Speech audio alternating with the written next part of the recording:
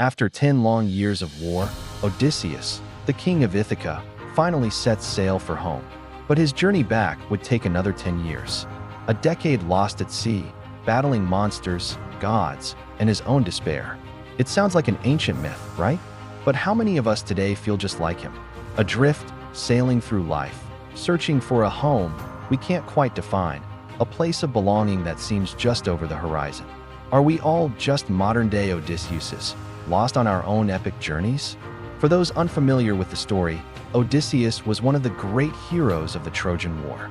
He was brilliant, cunning, and a fierce warrior. But after the war ended, his journey home to his wife Penelope and son Telemachus was cursed. He was tossed from island to island, facing one life-or-death challenge after another. This wasn't just a simple trip across the sea. It was a profound test of his character, his will, and his very soul. So what is home? Is it just the four walls you grew up in? Or is it something more? The story of Odysseus suggests that home isn't just a physical place. It's a state of being.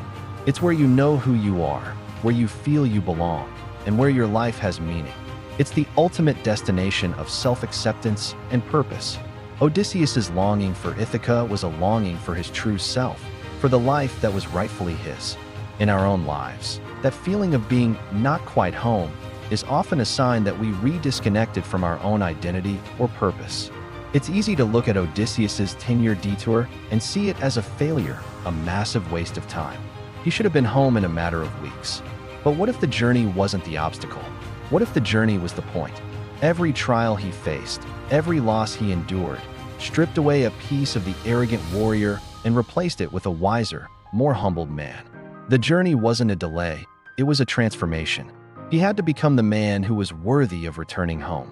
Maybe our own long, winding paths aren't failures either, but necessary processes of growth that are shaping us into the people we're meant to become. Along his way, Odysseus encountered incredible temptations. Think of the lotus eaters, whose magical fruit made his crew forget their desire to go home, content to just lounge around in a blissful haze. Or the enchantress Circe, who turned his men into pigs and offered him a life of luxury and pleasure, free from all responsibility. Don't these sound familiar? In our modern world, the temptations are endless. Binge-watching shows, endlessly scrolling through social media, chasing fleeting pleasures, these are our lotus eaters. They offer a temporary escape from our anxieties and our responsibilities, making us forget what we were journeying toward in the first place. Procrastination and distraction are the modern-day Circes, luring us into a comfortable stupor while our true goals gather dust. But it wasn't just external temptations. Odysseus faced terrifying monsters, creatures that have haunted our imaginations for centuries. The one-eyed Cyclops, Polyphemus, a symbol of brute, unthinking force. The terrifying Scylla and Charybdis, a monster and a whirlpool representing an impossible choice between two terrible fates. These monsters weren't just random beasts. They were physical manifestations of his and our deepest fears. They are metaphors for the overwhelming obstacles in our lives, the crushing weight of a career choice, the fear of failure, the internal insecurities that tell us we're not good enough. Facing these monsters was Odysseus's way of confronting his own inner demons. To get home, he had to sail right through the heart of his fears. And here's the most important part. Odysseus was far from perfect. He made huge mistakes. His pride often got the better of him, leading to disastrous consequences for him and his crew. He lost all his men, all his ships, and arrived home with nothing but the clothes on his back. But he never, ever gave up. He persevered. Through storms, through grief, through sheer exhaustion, he kept his eyes on one thing: Ithaca. This is such a powerful lesson. The journey isn't about being flawless. It's about being resilient. It's about getting back up after you've been knocked down, learning from your mistakes, and continuing to move forward, no matter how small the step. Persistence is more important than perfection. Many of us can relate to this feeling of constant motion without progress. We're busy. Our calendars are packed. Our inboxes are full. We're always rushing from one thing to the next. We feel like we're sailing at full speed, but we have no idea where we're going.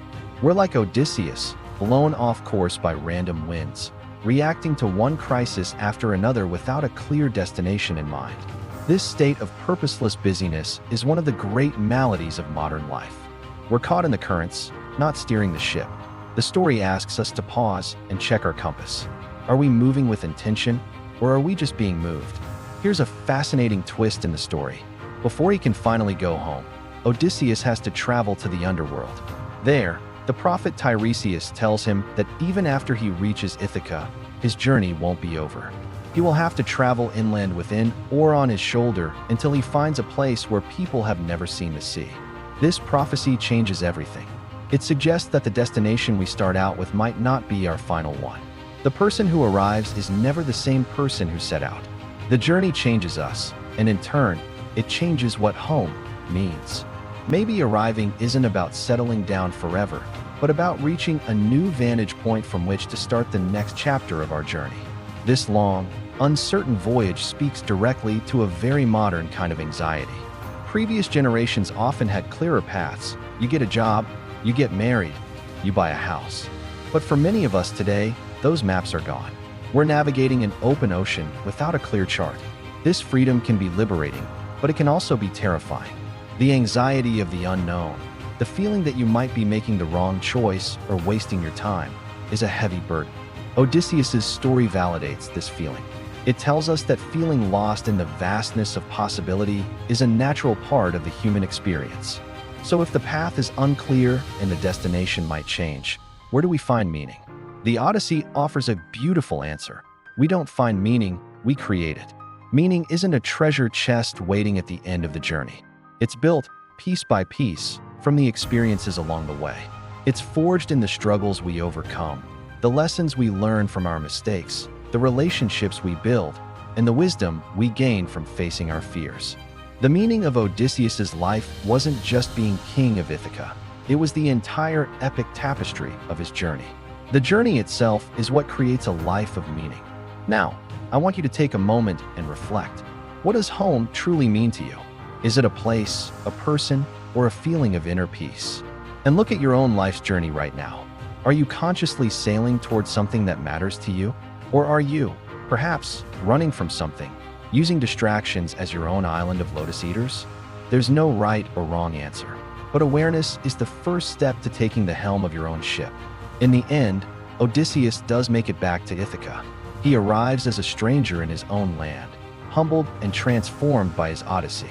His story is a timeless reminder that feeling lost doesn't mean you're failing. It might just be an essential part of the process. It might be the very thing that's teaching you, strengthening you, and ultimately, guiding you back to your truest self. So if you feel a little adrift today, take heart. You're not just lost at sea. You're on an epic journey. You're on your way home.